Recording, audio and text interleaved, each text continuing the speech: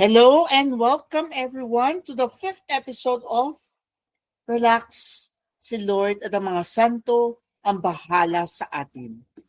This is JM and akalain ninyo nakakalimang episode na tayo in just this 1 week.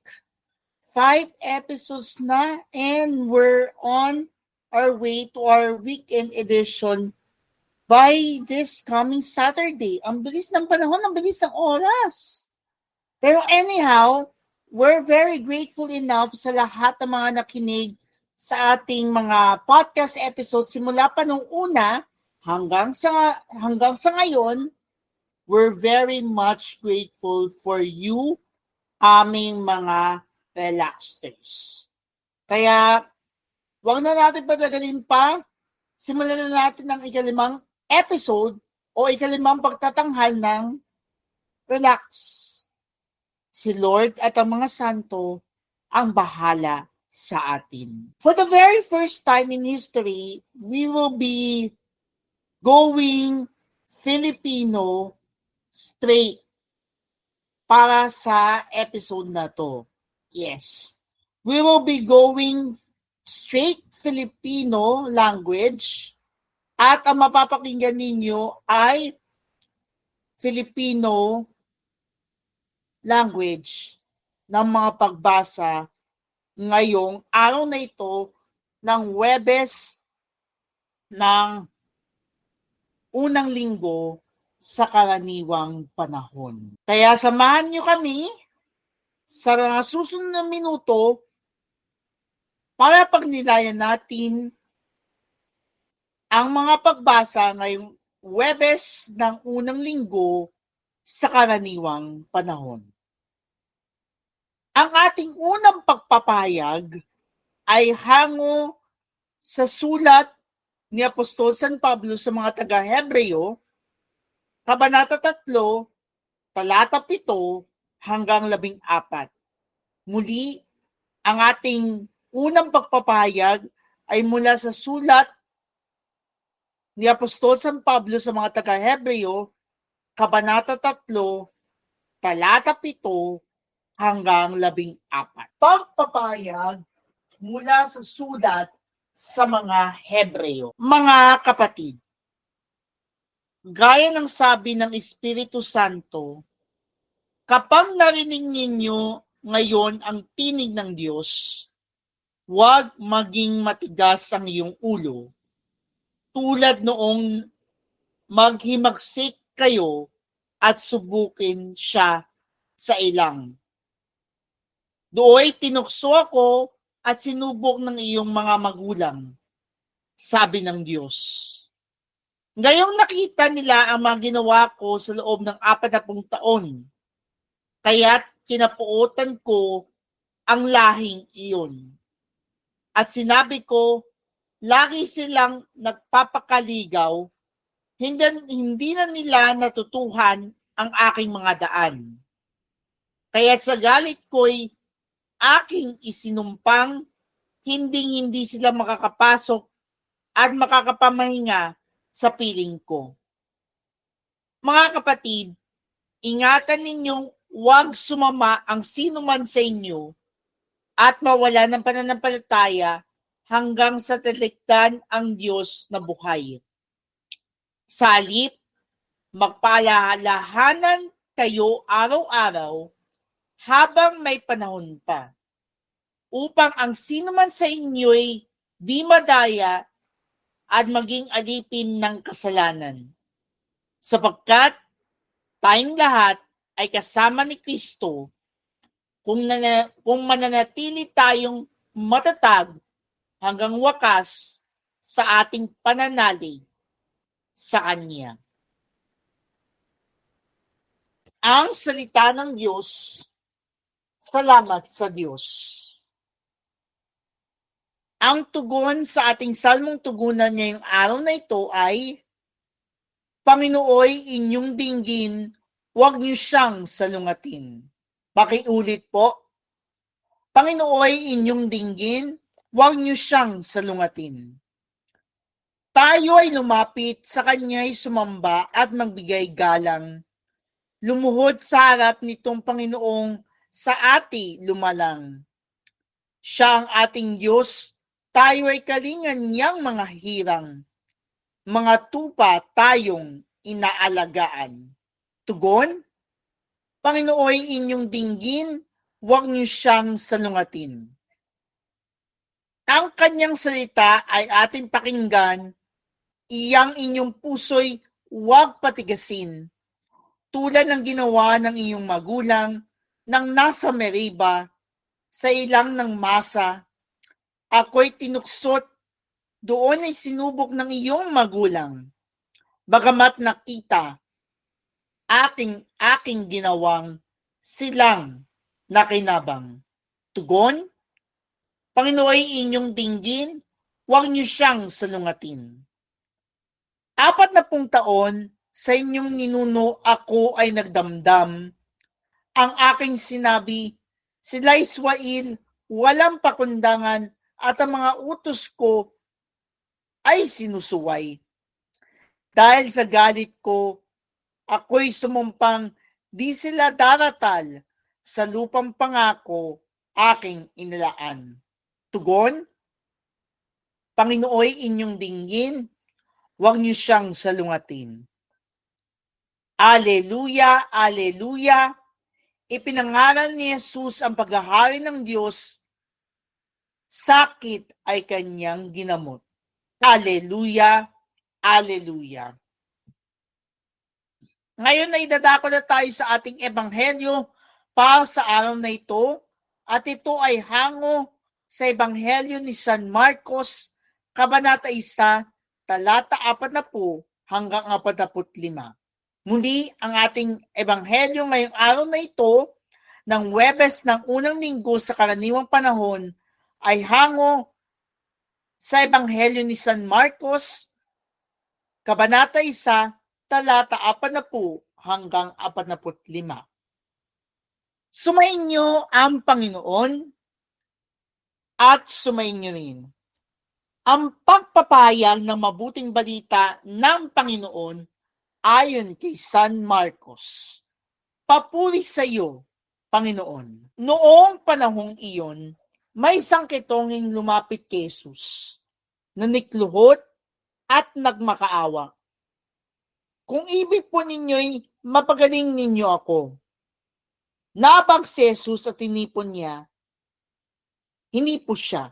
Sabay ang wika, ibig ko, gumaling ka. Noon di nawala ang ketong at gumaling ang tao. Pinalisyagan ni Jesus matapos ang ganitong maigpit na bilin. Huwag mong sasabihin ito kanino man. Sa halip ay pasuri ka sa saserdote. Pagkatapos, magandog ka ayon sa iniutos ni Moises upang patunayan sa mga tao na ikaw ay magaling na. Ngunit, umalis siya at bagkus ipinamalita ang nangyari. Ano pat, hindi nahayagang makapasok ng bayan si Jesus. Naroon na lamang siya sa labas sa mga ilang na puok at doon pinagsasadya ng mga tao buhat sa iba't ibang dako. Mga relaxers, mga kapatid, ang mabuting balita ng kaligtasan. Pinupuri ka namin, Panginoong Hesus Kristo. Magandang simulan natin ang ating pagninilay ngayong araw na ito ng Huwebes ng unang linggo sa karaniwang panahon sa pamamagitan ng Paghahawan 2025, the Jubilee 2025, mga manlalakbay ng pag-asa, tinawag maging masugid na tanda ng pag-asa. Ang tanong ng karamihan, kung magkasakit tayo ng malubha, mawawalan ka ba ng pag-asa? Lalo na panahon ngayon ng Jubilee Year of Hope. Mawawalan ka ba ng pag-asa kung magkasakit ka ng lubha? Halimbawa, say for example, Stage 3 na ang cancer mo. Tapos, iniisip mo kung mawawalan ka ba ng pag-asa? Ang sagot, lumapit kay Jesus ang isang may ketong ang nakiusap sa kanya, kung gusto mo, mapalilinis mo ako o mapapagaling mo ako. At pinagaling siya ni Jesus. Kaya ang isa pang tanong, masasabi mo rin ba kay Jesus ang pakiusap ng ketongin? Gaano man kabigat ang sakit natin o ng ating mga kapamilya, lumapit tayo sa Diyos, gayahin natin ang taong may ketong na may kababaang loob na nakiusap kay Jesus. Napakasimple, ngunit makabuluhan ang naging reflection ngayong araw na ito. Tuktungan natin ito sa pamamagitan ng pagninilay ni Reynald Perez.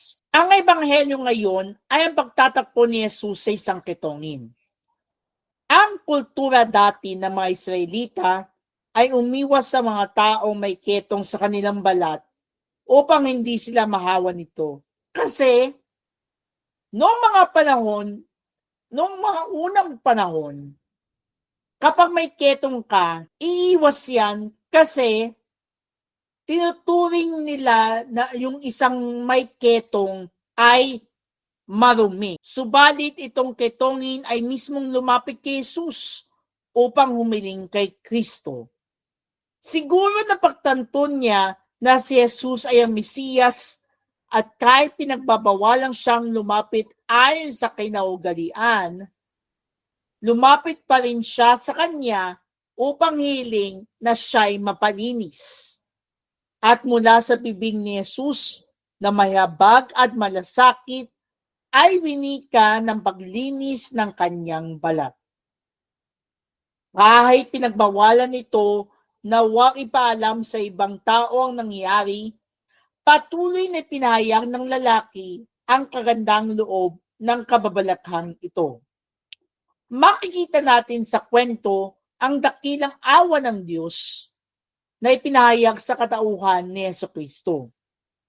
At natunghayan ng ketongin ang kanyang pananampalataya kay Kristo na siya'y magpapagaling. Siguro sa ating buhay ay may mga taong itinuturing na mga ketongin ng lipunan. Ito'y siguro mga taong iniiwasan natin o kaya di natin pinapansin. Subalit ang mga kasulatan ay malinaw na patuloy na dinidinig ng Diyos ang mga panaghoy ng mga mahihirap at nangangailangan.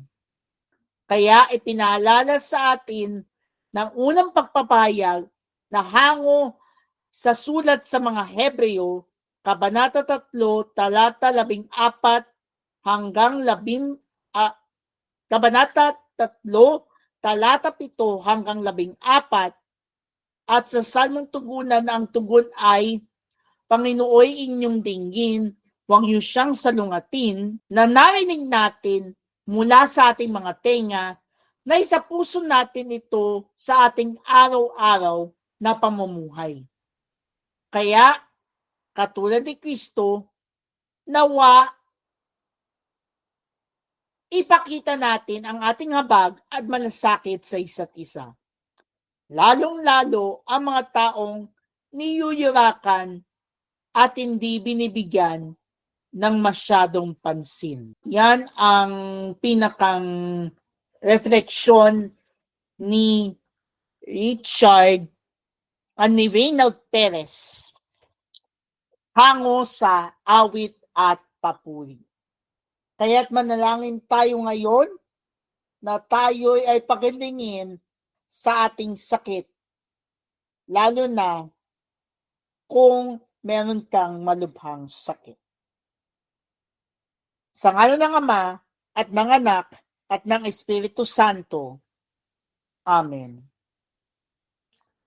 Panginoon, patawarin ninyo kami kung magduda kami sa inyong kakayahan na pagalingin ang aming sakit. Panginoon, kami po napupuri sa iyong labis sa pagmamahal sa pinagkakalob mo sa amin na puso mapagmahal, maunawain at matulungin sa kapwa. Samot dalangin namin ito sa iyo, Panginoong Hesukristo. Kami ay patuloy mong gawing instrumento sa patulong ng aking Panginoon. Patawad sa mga pagkakataong di namin binibigyan pansin ang mataong lumalapit at namamalimos sa amin. Patawad na sa halip na sila ay tulungan ay nag-isip pa ako na kami ng di maganda sa kanila tulad ng salo sa lipunan, tamad at mga paralitiko.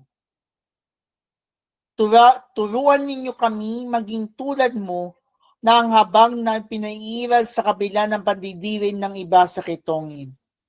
Tunay nga, Panginoon, na puspos ka ng habag sapagkat tulad namin na isang marumi rin, ay handa mo pa rin yakapin at ipadama ang iyong habag at pagmamahal.